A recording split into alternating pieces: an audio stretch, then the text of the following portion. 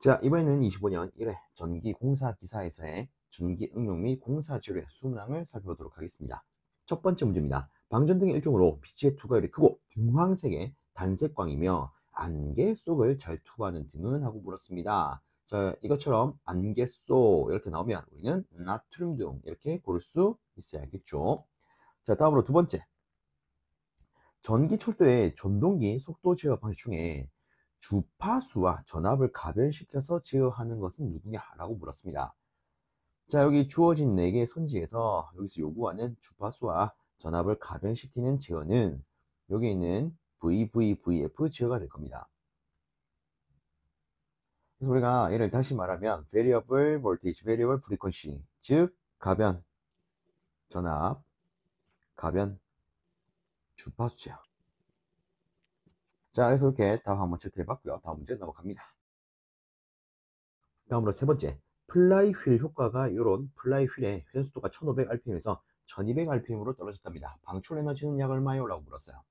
자, 일단 우리가 요 놈을 풀어내려면 이 플라이휠 조건이 있을 때 에너지 관계식을 알아야 됩니다. 그럼 이때 에너지는 바로 쓰면 이렇게 쓸 수가 있죠. 대략 730분의 플라이휠 효과 제곱 곱하기 속도의 제곱. 그렇죠. 자, 그럼 여기서 일단 중요한 건 회전 속도가 처음에는 1500이었는데 이제 1200으로 떨어졌대요. 그럼 다르게 말하면 어쨌든 에너지가 줄어든 거 아니겠습니까? 그렇죠? 그럼 이에 따라서 여기서 말하는 방출 에너지는 실제 얘가 속도가 떨어지면서 잃어버리는 에너지라고 볼 수가 있을 겁니다. 그럼 얘는 이렇게 보면 되겠네요. 처음 상태에서 지니고 있는 에너지에다가 이때 에너지를 뺨으로써 얘를 구할 수 있겠더라. 그럼 끝났죠. 일단 730분의 플라이휠 제곱 쓰고 지금 바뀌는 것은 회전 속도만 바뀌는 거기 때문에 얘를 묶어낸다라고 치면은 이렇게 표현할 수 있겠죠. 처음 상태의 속도 빼기 나중 상태의 속도. 자, 그러면 여기다가 주어진 거 그대로 넣도록 하겠습니다. 730분의 플라이휠 효과는 1이죠. 그 다음에 처음 속도는 1500. 그 다음에 바뀐 속도는 1200. 자, 그래서 이거를 계산기에 두드리면 1109.59 줄이라는 값을 얻을 수가 있습니다. 얘를 여기 주어진 선지 기준으로 다시 표현하면 이렇게 표현할 수 있겠죠. 대략 1.11 곱하기 10의 3승줄이요. 그래서 우리가 고를 수 있는 답안은 여기는 1번이 되겠습니다. 그래서 속도가 바뀌니까 이만큼 에너지가 날아가더라, 다르게 방출되더라. 자, 다음으로 아래쪽에 4번 문제. 동일한 교류 전압 1을 다이오드 3상 종류로 3상 전파 종류할 경우에 직류 전압은 하고 물었습니다. 자, 일단 여기서는 모든 수식을 보니까 동일한 교류 전압 1로 표현을 하고 있어요. 그러면 요거 하나만 생각을 해보도록 하겠습니다. 우리가 각 종류 회로에 대한 종류 전압, 즉 직류 전압을 한번 적어보면 일단 첫 번째 단상 반파 종류 회로가 있습니다. 네, 두 번째는 단상 전파. 그 다음에 세 번째는 삼상 반파. 그 다음에 네 번째는 삼상 전파. 자, 일단 다이오드 회로로 바로 해석을 해보면 이때 도출할 수 있는 직류 전압은요, 우리는 이렇게 쓸 수가 있죠. 0.45V. 근데 지금은 뭐 1하고 해놨으니까 이렇게 쓰도록 하겠습니다. 자, 그 다음에 단상 전파 같은 경우에는 0.92요. 네, 삼상 반파 같은 경우에는 얘는 1.17 이렇게 쓸 수가 있고요. 삼상 전파 같은 경우에는 아마 대부분 이렇게 익숙해져 있을 거예요. 1.35 이요. 그렇죠. 자, 근데 여기서 1.35로 표현하려면 실제 여기에 오는 교류 전압은 무슨 전압이어야 하느냐? 선간 전압이어야 합니다. 근데 나머지는 실제 어떤 전압 기준이냐면 상전압 기준이에요. 상전압. 그러면 우리가 요 놈 같은 경우에는 다르게 똑같이 상전압으로 표현하면 어떻게 또 표현할 수 있냐. 자, 실제 이 삼상전파는 Y결선으로 구성이 되어 있습니다. 그러면 우리가 Y결선에서 아는 거 떠올리면 선간전압은 상전압의 몇 배? 루트 3배. 그래서 요거를 요따다가 접목을 하면 우리가 상전압 기준으로 표현을 바꿀 수가 있겠죠. 그럼 이때는 1.35에다가 루트 3 곱하기 2가 되는 거기 때문에 얘를 연산하면 대략 2.34 이렇게 나오게 됩니다. 자, 그래서 지금 다시 지문을 보면 다이오드 3상 종류로 3상 전파한다라고 했습니다. 그렇죠. 그리고 동일한 교류 전압이라고 주어졌기 때문에 이 모든 것이 동일한 상전압이라고 볼 수가 있고요. 이에 따라서 답이 될 수 있는 건 뭐가 된다? 2.34가 된다. 답은 요 놈이 되겠죠. 그래서 요 같은 경우에는 좀 하나 기준을 잡아 놓는 게 어떨까 싶습니다. 선간 전압을 기준으로 한다면 앞에 뭐가 오고 1.35가 오고 상전압을 기준으로 한다면 2.34가 온다. 그래서 이런 것도 있죠. 우리 이 단상 전파 종류 회로에서 이 값에다가 절반을 치면 누가 됩니까? 얘가 되죠. 반대로 말하면 단상 반파를 2배 하면 얘가 됩니다. 맞습니까? 그럼 당연히 삼상도 반파가 있고 전파가 있으면 얘를 2배 해야 실질적으로 전파가 나와야 되지 않겠습니까? 근데 요 놈을 2배 한 게 실제 누가 나오냐? 얘가 상전압이기 때문에 상전압 기준일 때 요 놈이 나오는 거죠. 그렇죠. 그래서 이렇게 보면은 얘도 뭐가 성립한다? 위에 있는 놈과 똑같이 곱하기 2배 하는 게 성립을 한다. 그래서 이거 선간 전압이 기준이냐, 상 전압이 기준이냐 이런 걸 잘 체크하셔야 되겠습니다. 물론 이 문제 같은 경우에는 지금 그나마 이 주어진 선지에 1.35가 없죠. 그죠? 근데 혹시나 여러분이 시험 치러 갔을 때 선지에 1.35가 있다. 그리고 2.34도 있다. 그럼 이때는 진짜 구분을 잘 하셔야겠습니다. 자, 일단 요거는 요 정도로 마무리하고 넘어갑니다. 다음으로 5번째. 전기철도에서 귀선의 누설 전류에 의해 전식은 어디서 발생하는가? 라고 물었어요. 자, 일단 여기에 있는 이 전식은 뭐 전기적인 부식을 의미한 용어인데 실제 요 놈은 우리가 이렇게 해석할 수가 있습니다. 지중 금속체로부터 전류가 유출하는 부분에서 발생하는 전기적인 부식. 물론 정확하게 말하면 전기분해에 의한 부식 이렇게 볼 수 있겠죠. 그래서 얘를 뭐라 한다? 전식을 한다. 그러면 끝났습니다. 지금 여기 주어진 선지에서 일단 필요한 건 지중 금속체 나와야겠죠. 그럼 지중 금속체로 볼 수 있는 거는 여기는 지중 관로밖에 없다. 그죠? 그리고 또 중요한 건 전류가 어떠한 곳에서 유출하는 곳에서 생긴다. 답은 4번이죠. 그리고 우리가 뭐 이런 전식 현상 하면은 솔직히 또 부가적으로 생각할 수 있는 게 이 전식의 방지 대책도 있을 겁니다. 맞습니까? 자, 일단 뭐 전철 측 기준으로 몇 가지만 생각을 해보자면 뭐 첫 번째로는 뭐 변전소 간격을 줄이는 방법이 있겠죠. 그 다음에 두 번째, 귀선의 극성을 정기적으로 바꾼다. 그 다음으로 세 번째, 레일의 절연장을 크게 한다. 네 번째, 보조 귀선을 설치한다. 뭐 이런 것도 있을 겁니다. 그리고 또 이런 것도 있겠네요. 귀선의 저항을 줄이기 위해서 레일 본드를 설치한다.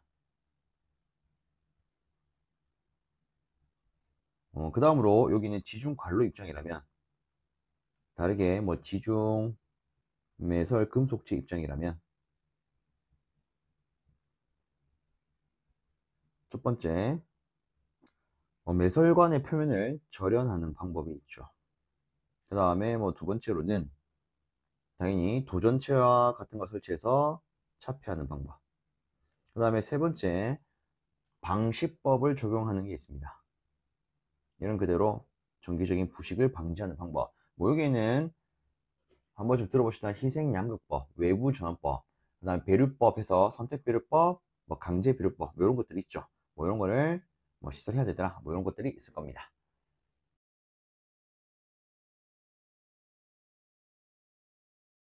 자, 다음으로 6번째입니다. 아래 금속 중에 이원화 경향이 가장 큰 것은? 하고 물었습니다.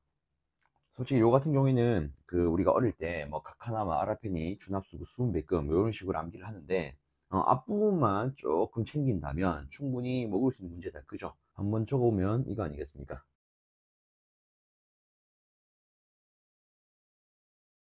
물론 이 사람에 따라서 외우는 방식이 다르지만 저는 뭐 카카나마 아라피니 준합수구 수분배급 이런 식으로 암기를 했었던 기억이 납니다. 자, 일단 앞에 거만 보면 카카나마 칼륨, 칼슘, 나트륨, 마그네슘 아니겠습니까? 근데 여기 보시면 답이 바로 나와요. 요거 답 4번이겠죠. 그래서 요 같은 경우에는 앞에 요것만이라도 잡는다면 충분히 먹을 수 있는 문제가 되겠습니다. 혹시나 금속의 이온화 경향을 모르고 있었다. 앞에 거 요것만이라도 챙기면 어떨까 싶습니다. 다음으로 7번째. 고위장이 20도씨에서 가장 큰 것은? 물었습니다. 자, 일단 여기 4가지 선지가 있는데 여기서 실제 고유장이 가장 큰 것은 여기 있는 백금이 됩니다. 이 문제 같은 경우에는 이미 앞에서 나온 기출 문제이긴 하는데 우리가 실제 뭐 모든 매체에 대한 고유장을 다 암기하기는 조금 그렇다. 그죠? 물론 뭐 알루미늄 같은 경우에는 우리가 뭐 전력공학으로 인해서 35분의 1 옴 스퀘어 퍼 미터예요. 뭐 요런 거는 우리가 알 수 있겠지만 나머지는 조금 그렇습니다. 그래서 요거 같은 경우에는 단순히 고유정이 크네 라고 하면은 일단 백금이라는 게 있구나 이렇게 간단히 챙기시는 게 어떨까 싶습니다. 다음으로 8번째. 형광등의 광색이 주광색일 때 색온도는 약 얼마입니까? 라고 물었습니다. 실제 주광색일 때 색온도는 여기는 6500이 됩니다. 뭐 참고로 몇 가지만 더 적으면 색온도가 요럴 때에는 그 광색이 주백색으로 표현이 되고요. 그리고 3000 정도가 되면은 우리가 흔히 말하는 일반 전구색으로 표현이 됩니다. 자, 그래서 다시 주광색일 때는 어떻다? 6500이더라. 다음으로 9번째. 전동기의 전격에 해당되지 않는 것은? 물었습니다. 실제 이 전동기의 전격에 해당하는 것은 크게 연속 전격, 그 다음으로 단시간 전격, 그 다음으로 반복 전격이 있습니다. 그래서 답은 1번.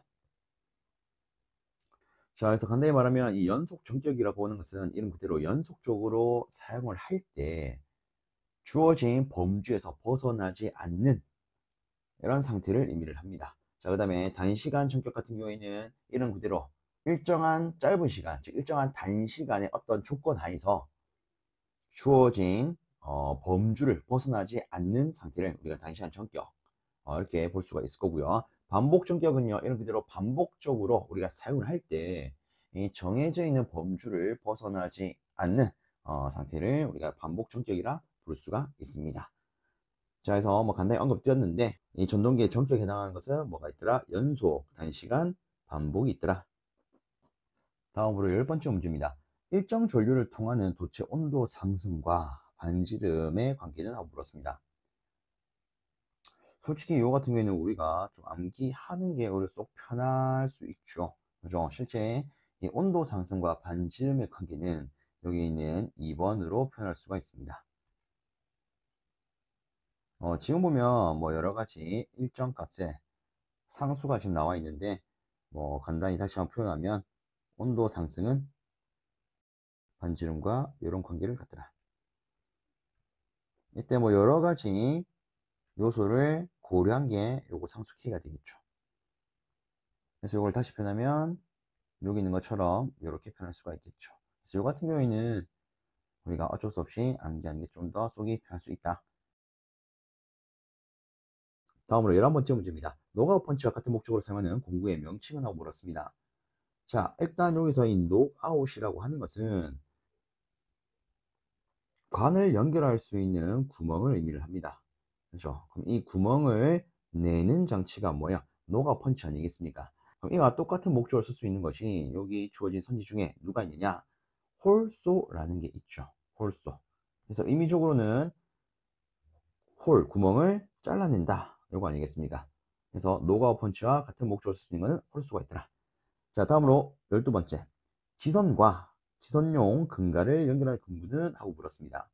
자, 일단 뭐 간단하게 표현을 했을 때 예를 들어 여기에 어떤 지지물이 있습니다. 그리고 여기는 대지가 있어요. 자, 이 지지물의 전선이 이렇게 널려 있다면 이 불평형 하중을 분산시켜 주기 위해서 우리가 이런 식으로 지선을 설치를 합니다. 그죠? 이 지선을 우리가 땅에다가 그냥 꽂는 게 아니라 요 아래 있는 지선용 근가에다가 딱 묶어 줘야 됩니다. 이때 이 근가와 이 지선을 연결 장치를 우리가 뭘 하냐면, 자, 이렇게 해서 얘를 지선 로드라고 불러요. 혹은 다르게는 지선 로드, 이렇게 표현하기도 합니다. 그래서 이 문제의 답은 여기는 3번이 되겠습니다. 다음으로 13번째 문제입니다. 기계기구의 단자와 전선의 접속에 사용되는 자재나 물었습니다. 일단 중요한 건 기계기구의 단자와 전선의 접속에 쓰이는 거예요. 그쵸? 자, 일단 여기 주어진 4개의 선지를 보시면 슬리브, 와이어 커넥터, T1 커넥터, 얘들은 다 뭐에 대한 거냐면 전선과 전선의 접속에 사용하는 자재들이 됩니다. 그러면 답은 1번이 될 거예요. 터미널 러그. 뭐 우리가 다르게는 이 터미널 러그를 압착 터미널, 압착 단자 이렇게도 부르는데 이제 이런 거죠. 예를 들어 여기 어떤 전선이 있습니다. 그럼 여기 피복이 원래 벗겨져 있었겠죠. 그럼 여기다가 이 압착기를 가지고 이 터미널 러그를 딱 압착시켜 줍니다. 우리가 위에서 바라보면은 얘가 이렇게 돼 있겠죠. 이런 식으로. 그래서 요 구멍을 어디에 끼웁니까? 기기의 단지에다 끼우는 거죠. 그래서 우리가 여기에 뭐 나사를 가지고 고정을 한다면, 볼트를 가지고 고정을 한다면 기기의 단자와 전선이 확실하게 체결이 되겠죠. 그죠? 그래서 다시 기기의 단자와 전선의 접속에는 뭘 쓴다? 여기 있는 터미널 러그라는 걸 쓴다.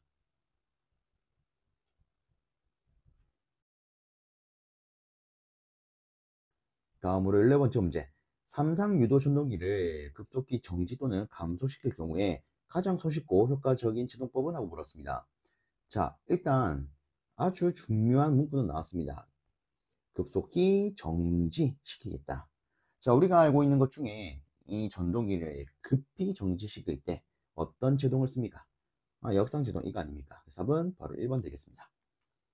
다음으로 15번째, 한국전기설비규정에 따른 상별 전선의 색상으로 틀린 것은? 하고 물었습니다. 자, 일단 보니까 틀린 건 바로 L1이 되겠네요. L1은 백색이 아니라 갈색이어야 하죠. 그래서 현행 기준에서는 L1, L2, L3를 쓸 때 얘들을 순서대로 갈, 흑, 회로 쓸 수가 있습니다. 그래서 갈색, 흑색, 다르게 검정색, 그 다음에 회색, 그리고 뭐 중성선, N 같은 경우에는 청색으로, 그죠? 그 다음에 보호도체, PE상 같은 경우에는 녹황선을 쓰죠. 혹은 다르게 녹색, 노란색.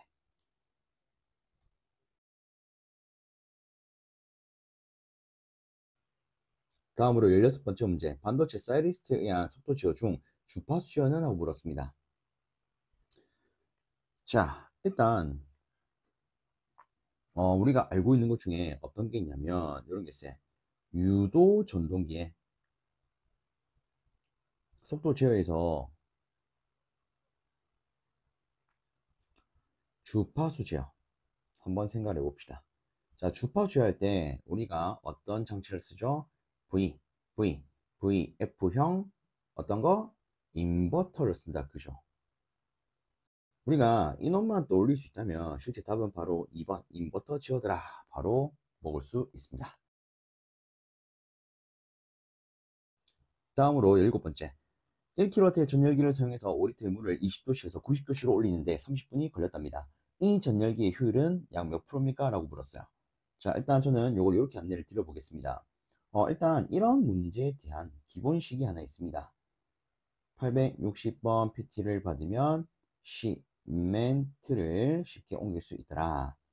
자, 그럼 여기서 이 수식은요, 우리가 어떻게 활용할 수 있냐면 효율을 어디 붙이냐, 혹은 요 수식의 형태를 어떻게 바꾸냐에 따라서 화력 발전기에 대한 수식으로 쓸 수가 있고요. 혹은 여기 있는 전열기에 관련한 수식으로도 쓸 수가 있습니다.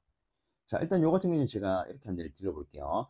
화력 발전기, 일단 발전기의 원리 뭐가 있죠? 플레밍 IC의 오른손 법칙이 하나 있다. 그죠? 전열기는 이렇게 놓겠습니다. 전열기는 우리 집에 쓰는 부하 아니겠습니까? 부하의 대표적인 건 전동기가 있죠. 전동기의 사촌 동생이라 생각을 해보십시오. 그럼 이때 전동기의 원리는 플레밍 IC의 왼손 법칙 아니겠습니까? 그럼 똑같이 왼손을 접목을 해봅시다. 자, 실제 우리가 이 발전기 원리가 플레밍 오른손 법칙이고 이 전동기의 원리가 왼손 법칙인 걸 떠올린다면 요 놈에 있어서 효율을 어디다가 붙이면 되는지 바로 판정할 수가 있습니다. 자, 저는요, 일단 첫 번째로 여기다 한번 적어 볼게요. 화력 발전식으로 쓰고 싶어요. 그럼 어떻게 하면 됩니까? 여기 있는 기준식을 그대로 씁니다. 860번 PT 받으면 시멘트 쉽게 옮기더라. 다만 뒤에 있는 델타 키는 생략을 해주고 그 다음으로 얘가 플레밍 IC의 오른손 법칙을 쓴다면서요. 그래서 오른쪽에다가 이타를 곱해 주시면, 즉 오른쪽에다가 효율을 곱해 주시면 화력 발전에 대한 수식으로 얘를 활용할 수가 있습니다. 자, 그 다음에 두 번째. 그럼 전열기로 쓸 때는 어떻게 합니까? 자, 전열기도 일단 똑같아요. 기본 수식을 씁니다. 일단 얘는 다 쓸 거예요. 다 쓰고 요 놈은 우리가 왼손 법칙을 접목하면 되죠. 그래서 효율을 왼쪽에다가 붙여주시면 전열기의 관계식이 만들어집니다. 자, 그러면 여기서 우리가 몇 가지 원을 잡으면 이때 P의 단위가 뭐예요? 킬로와트요. 이때 T는요? 아워에. 그 다음에 이때 M은 질량이죠. 질량. 이 친구는 킬로그램 내지 리터로 사용을 합니다. 그 다음에는 온도 변화량이죠. 자, 그 다음에 여기 있는 C는요, 우리가 전열기로 쓸 때에는 비열이라고 부릅니다. 비열. 다만, 물 같은 경우에는 비열이 1이에요. 1. 실제 화력 발전을 쓸 때는 이를 발열량, 이렇게 쓸 수 있죠. 자, 여튼 지금은 전열기에 대해서 효율을 묻는 거기 때문에 요 관계식을 가지고 풀어 나가 보도록 하겠습니다. 그러면 저는요, 요 부분을 좀 지우고 여기 있는 수식을 바로 이타에 대해서 바꾸어서 연산하도록 하겠습니다. 자, 다 했으면 860 pt 분의 cm 델타 t 되겠다. 그죠? 자, 일단 물 같은 경우에는 비열이 1이기 때문에 C 자리는 그냥 1 넣으면 됩니다. 그 다음에 질량은 5리터겠죠. 자, 그 다음에 온도 변화량. 지금 보면 20도씨에서 90도씨로 올린다 라고 했습니다. 그럼 온도 변화 값은 70이 되겠죠. 자, 그 다음에 아래쪽에 860 그대로 써주시고 출력은 1kW. 자, 그 다음에 중요한 건 시간입니다. 자, 지금은 30분이 주어졌어요. 그럼 30분을 가지고 시간으로 표현하려면 이렇게 표현하면 되겠죠. 아, 0.5 시간이구나. 그죠? 특히 1시간은 60분 아니겠습니까? 그러면 30분은 이에 대해서 절반이 되는 거죠. 그렇기 때문에 뭐가 된다? 0.5시간이 된다. 자, 그러면 얘를 우리가 갖고 있는 계산기 두드려 봅시다. 계산기 두드려 보시면 계산기에서는 0.814 이 정도의 값을 뱉어냅니다. 우리가 얘를 퍼센테이지로 표현하면 대략적으로 81%라 표현할 수 있겠다. 답은 3번 되겠죠. 다음으로 18번입니다. ACSR을 동일한 길이와 전기 저항을 갖는 경동연선에 비교한 것을 옳은 것을 물었습니다. 자, 여기 있는 ACSR, 이건 뭡니까? 강심, 알루미늄, 연선이다. 그죠? 자, 일단 얘를 어떻게 하겠다고요? 경동연선과 비교하겠다고요. 그럼 저는 이렇게 안내를 한번 드려볼게요. 일단 우리가 일반적으로 알기로 이 경동선 같은 경우에 이놈은 고유 저항이 55분의 1 옴 스퀘어 퍼 미터가 됩니다. 뭐 참고로 연동선 같은 경우에는 얘가 58분의 1 옴 스퀘어 퍼 미터가 되죠. 그 다음에 알루미늄은 35분의 1 ohm 스퀘어 per 미터가 됩니다. 즉 연동선이 고유저항은 가장 작고요. 그 다음에 경동선, 그 다음에 알루미늄은 고유저항이 크더라 이렇게 볼 수가 있겠죠. 그러면 우리 한번 생각해 보겠습니다. 일단 알루미늄 같은 경우에는 고유저항이 커요. 그러면 우리가 이 경동연선과 동일한 전기 저항 갖게 하려면 어떻게 해야 될까요? 우리 저항의 관계식을 일단 떠올리면 로 S분의 L 이렇게 되겠죠. 자, 근데 이 저항값은 고정이어야 합니다. 근데 고유저항이 크대요. 그렇게 하려면 이 단면적을 키울 수밖에 없겠죠. 그래야 서로 약분되어서 얘가 고정이지 않겠습니까? 특히나 길이도 일단 동일하다고 줬기 때문에 얘는 손을 댈 수가 없어요. 그러면 예를 들어 얘가 만약에 두 배가 크다. 그 단면적을 두 배로 하면 상쇄되어서 저항값은 변하지 않지 않겠습니까? 그죠?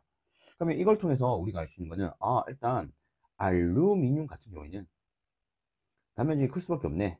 다르게 말하면 바깥 지름이 클 수밖에 없겠네.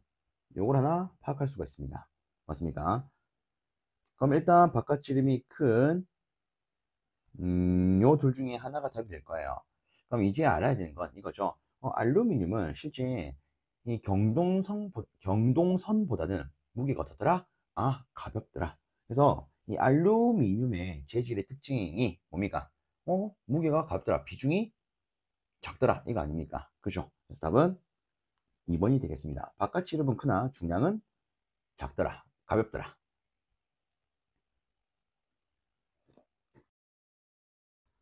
다음으로 19번째 문제. 루소 순도가 아래 그림 같을 때 배광곡선의 식은? 하고 물었습니다. 자, 일단 이 배광곡선에 대한 기본식부터 먼저 적어보면 I스타는 A 코사인 세타 플러스 B 이렇게 쓸 수가 있어요. 그럼 이외 나머지는 여기 주어진 루소 순도를 가지고 활용을 해보도록 하겠습니다. 자, 우선에 보니까 우리는 어쨌든 이 코사인 함수에 대한 값을 뭐 요런 각도로서 넣어서 해석할 건데 너무 극단적으로 0과 180 이렇게 나와 있습니다. 그럼 실제 뭐 여기다가 뭐 세타 자리에 마이너스 180을 한번 넣어볼까요? 그러면 이때는 우리가 이렇게 쓸 수 있겠죠. 이 코사인 180은 마이너스 1이기 때문에 그냥 마이너스 A 플러스 B 이렇게 쓸 수가 있을 겁니다. 근데 이때 요 지점에서는 일단 0 칸델라로 나와야 되기 때문에 이 값은 0이 될 거예요. 그럼 1호부터 우리가 알 수 있는 것은 A와 B는 같더라. 요게 되겠죠.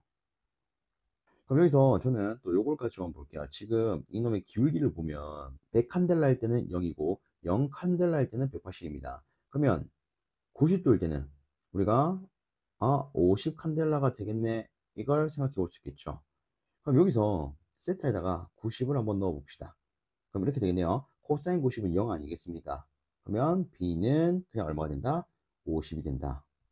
그럼 끝났어요. 우리가 방금 A와 B는 같더라. 그리고 B는 50이더라. 뽑아냈죠? 그럼 여기다가 둘 다 50 넣으면 되겠네요. 50을 넣으면 이렇게 됩니다. 그러면 다시 50으로 묶어내면 이렇게 되겠죠. 그래서 우리가 고를 수 있는 답안은 여기 있는 4번 되겠습니다. 자, 근데 여기서 한 가지만 더 생각해 보면 우리가 뭐 요까지를 뽑아냈다. 그러면 어쨌든 여기서 A와 B가 같을 거기 때문에 우리가 싹 다 A로 넣는다면 A로 묶어냈을 때 이런 형태로 나올 수 있을 거예요. 그러면 답은 4번 이렇게 바로 볼 수 있겠죠. 다음으로 20번 문제입니다. FL40 형광등의 길이는 일반적으로 약 몇 밀리미터인가? 라고 물었습니다. 일단 이 형광등의 일반적인 길이는 실제 어느 정도로 나오냐면 여기 있는 1200mm 뭐 다르게 말하면 1.2m 기준으로 나오고 있습니다. 답은 2번입니다. 이 같은 경우에는 솔직히 뭐 암기할 수밖에 없죠. 실제 이렇게 만들어서 나오기 때문에 자, 이렇게 하면은 전기 응용 및 공사 재료의 수문항의 풀이가 끝이 납니다. 모쪼록 이 내용이 시험을 준비하시는 많은 분들께 조금이라도 도움이 되었으면 좋겠습니다.